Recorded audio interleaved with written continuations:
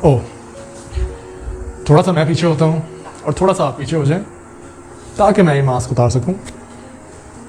खुशामदीद।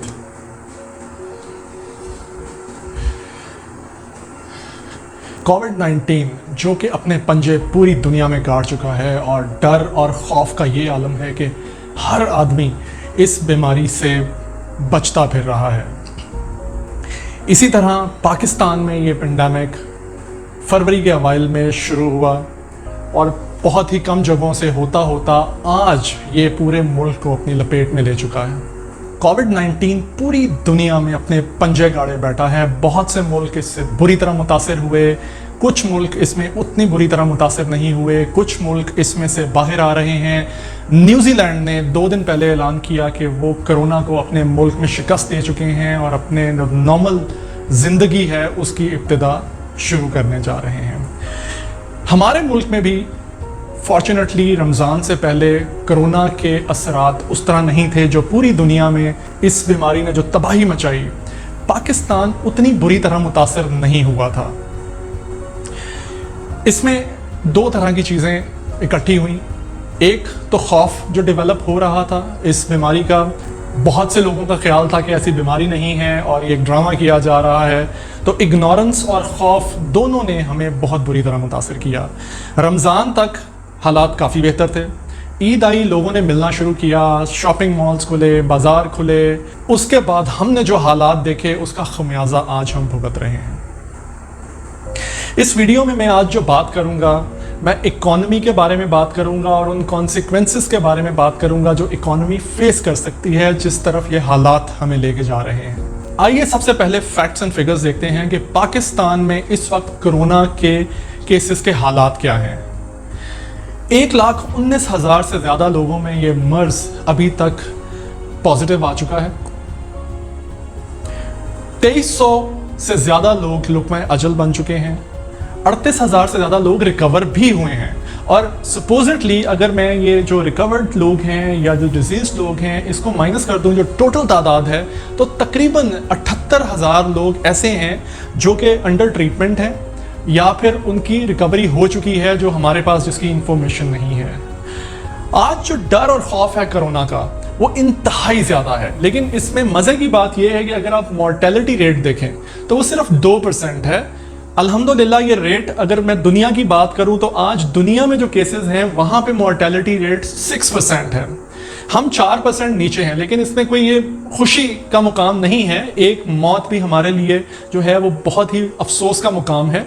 लेकिन यहाँ पे जो अमर जिसकी तरफ मैं आपको इंडिकेट करना चाहता हूँ वो ये है, वो एक खौफ। सिर्फ 2% मॉर्टेलिटी रेट होने के बावजूद जो डर है वो फैलता चला जा रहा है। इस डर की 3 बड़ी वजूहात हैं। एक है मीडिया हमें जो रोज़ रिपोर्ट्स दिखाता है, आज इतनी अमवात हो गई, आज इतने नए केसेस आ गए, उसका एक जो लाइव डैशबोर्ड हर चैनल पे चल रहा है वो एक पैनिक क्रिएट कर रहा है। उसके बाद सोशल मीडिया के ऊपर मोर और लेस उसी इंफॉर्मेशन को और एग्जैजरेटेड तरीके से बयान किया जाता है और वो मामलात और दूर तक चले जाते हैं। उसके बाद तीसरी चीज़ है वर्ड ऑफ माउथ। जो हम बातें करते हैं वो प्राइमरीली हमारी मीडिया, सोशल मीडिया इंफॉर्मेशन के ऊपर होती हैं या हमारी ज़ाती ज़िंदगी के जो वाक़यात हो रहे हैं, जो लोग इफ़ेक्ट हो रहे हैं इस बीमारी के हाथों, हम उसके ऊपर बात करते हैं।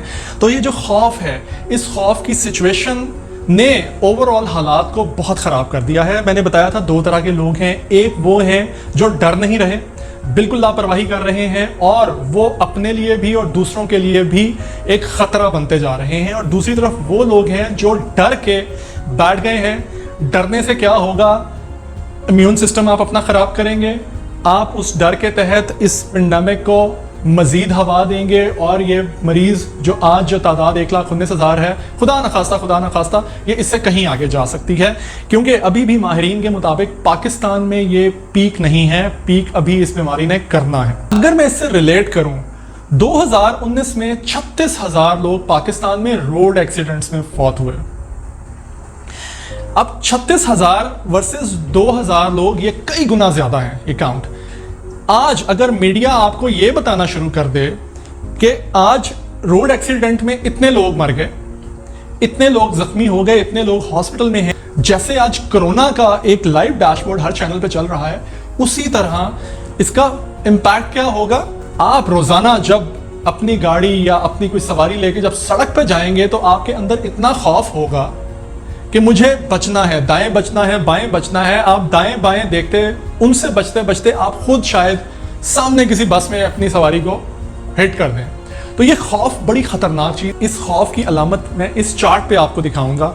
پاکستان میں 7,80,000 لوگوں کا ٹیسٹ ہو چکا ہے اب تک، جس میں سے 1,19,000 پازیٹیو آئے ہیں، 6,61,000 نیگیٹو ٹیسٹ آئے ہیں. اس کا مطلب یہ ہے کہ جو ٹیسٹ کروا رہا ہے وہ خوف سے یا سسپیکٹ میں جب مائنر سمپٹمز بھی آتے ہیں تب بھی وہ انسان جا کے جب ٹیسٹ کرا رہا ہے. تو یہاں سے آپ پینک دیکھ سکتے ہیں.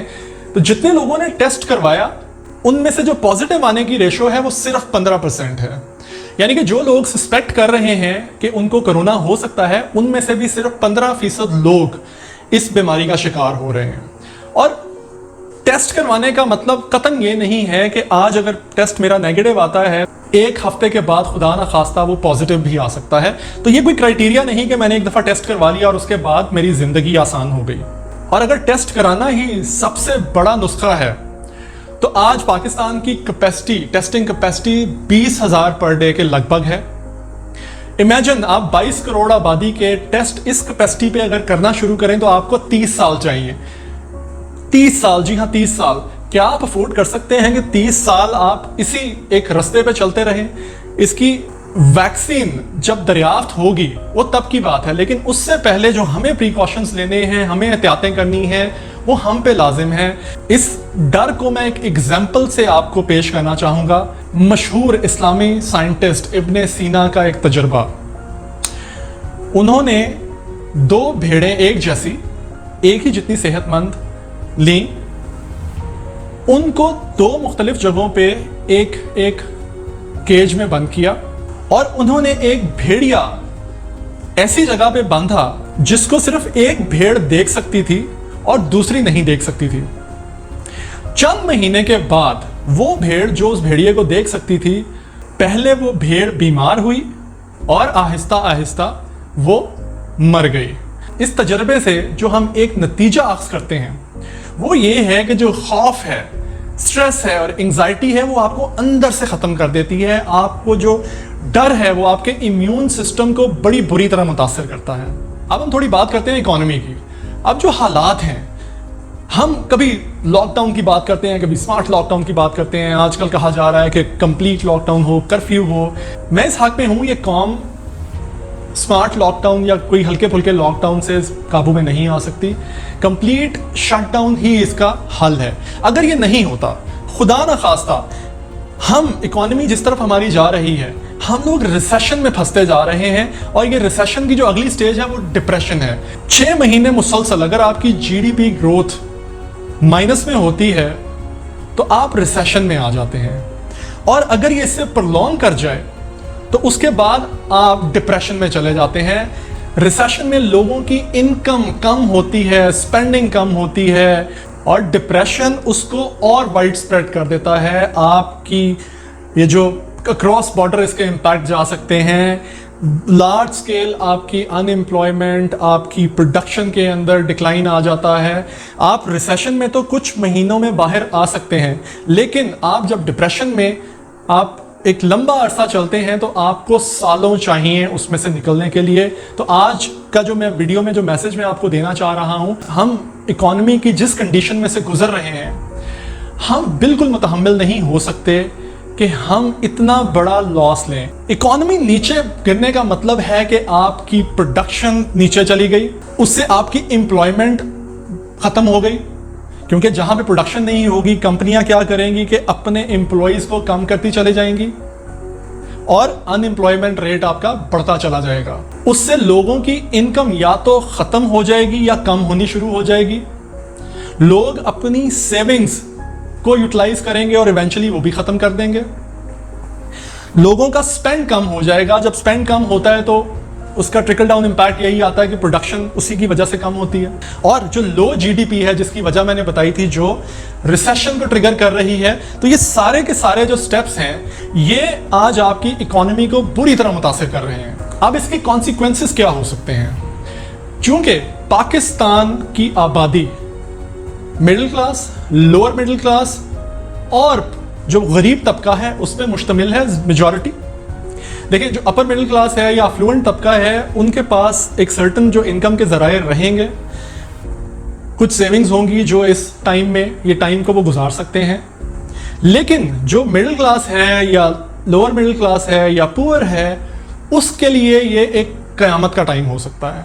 जब इनकम ख़त्म होगी तो उसमें आपकी स्ट्रेस बढ़ेगी, अनरेस्ट होंगे, एंग्जाइटी होगी, जिससे क्या होगा कि हेल्थ इश्यूज बढ़ेंगे। और कोरोना तो पहले ही तैयार बैठा है कि भाई मुझे नाम बताओ, मैं क्या करूं, मैं किसको खाऊं, वो तैयार बैठा है। बीमारी बढ़ने के बाद भूख बढ़ेगी, क्योंकि हर इंसान ने जिंदा रहने के लिए अपना खाना है वो रोक नहीं सकेगा। जब उसको सही तरीके से वो खाना नहीं कमा सकेगा तो उल्टा तरीका अडॉप्ट करना पड़ेगा, वो क्राइम की तरफ जाएगा। क्राइम होने से आपकी लॉ एंड ऑर्डर की सिचुएशन बढ़ेगी। तो ये वो सारे के सारे कॉन्सिक्वेंसेस हैं जो खुदा ना खास्ता हम फेस कर सकते हैं। तो मैं बताने का मकसद ये है कि जो आज की छोटी सी लापरवाही है हमारी, वो हमारे फ्यूचर की कितनी बड़ी तबाही हो सकती है, हमें इससे बचना है। मैं इस वीडियो में इस बीमारी के कोई इलाज, टोटके या प्रीकॉशंस की बात नहीं करूंगा, क्योंकि अवेयरनेस ऑलरेडी बहुत ज़्यादा है। इस वक्त पाकिस्तान में हर कोई डॉक्टर तो है ही है, लेकिन हर इंसान हकीम लुकमान से बड़ा हकीम है और डॉक्टर अब्दुल कदीर खान से बड़ा साइंसदान है। तो मैं किसी को कुछ नहीं बताऊंगा कि किसने क्या करना है। आपके पास जितने प्रीकॉशंस आप इसको कर सकते हैं, जितने मेजर्स गवर्नमेंट ने बता दिए, डिफरेंट मीडिया के चैनल्स ने आपको बता दिया, सोशल मीडिया भरा पड़ा है, आप वो सारे के सारे प्रीकॉशंस लें। खुदारा इससे डरे मत, इसको समझें। ये वक्त निकल जाएगा, सिर्फ हमें थोड़ी सी अक्लमंदी की और थोड़े से सब्र की ज़रूरत है। इसके लिए मैं गवर्नमेंट से रिक्वेस्ट करूंगा, ये जो डेटा मैं देख रहा हूं, जो 38,000 लोग रिकवर हुए हैं, मैंने बहुत कोशिश की कि मैं किसी वेबसाइट पे इसकी डिटेल्स देखूं, इसमें से किस उम्र के लोग थे, कौन से जेंडर से उनका ताल्लुक था, कितनी टाइम ड्यूरेशन के अंदर उनकी रिकवरी हुई, उन्होंने क्या मेजर्स लिए और उनमें से कितने लोग क्रिटिकल और नॉन क्रिटिकल पोजीशन पे थे और उससे वापसी हुई। तो ये उसको डिटरमिन करने में बड़ी हेल्प कर सकता है कि आप एक SOP बनाएं कि कौन सा शख्स किस मुकाम पे आए, क्या सिम्टम्स हो, तब जाके उसको टेस्ट की तरफ जाना चाहिए। अननेसेसरी टेस्ट को रोक के हमें जो 85% लोग जो सिर्फ सस्पेक्ट में टेस्ट करवा रहे हैं, खुदारा उस कैपेसिटी को उधर यूटिलाइज होने दे जहां पे वो पेशेंट जिसको एक्चुअल ज़रूरत है टेस्ट की वो करवा सके। उसके बाद अगर वो इलाज घर पे रह के करना चाहता है और अपने आप को आइसोलेट घर में करना चाहता है, वहाँ पे करे। जो क्रिटिकल केसेस हैं वो हॉस्पिटल के अंदर ट्रीट हों। तो इस तरह से हम इसके ऊपर काबू पा सकते हैं।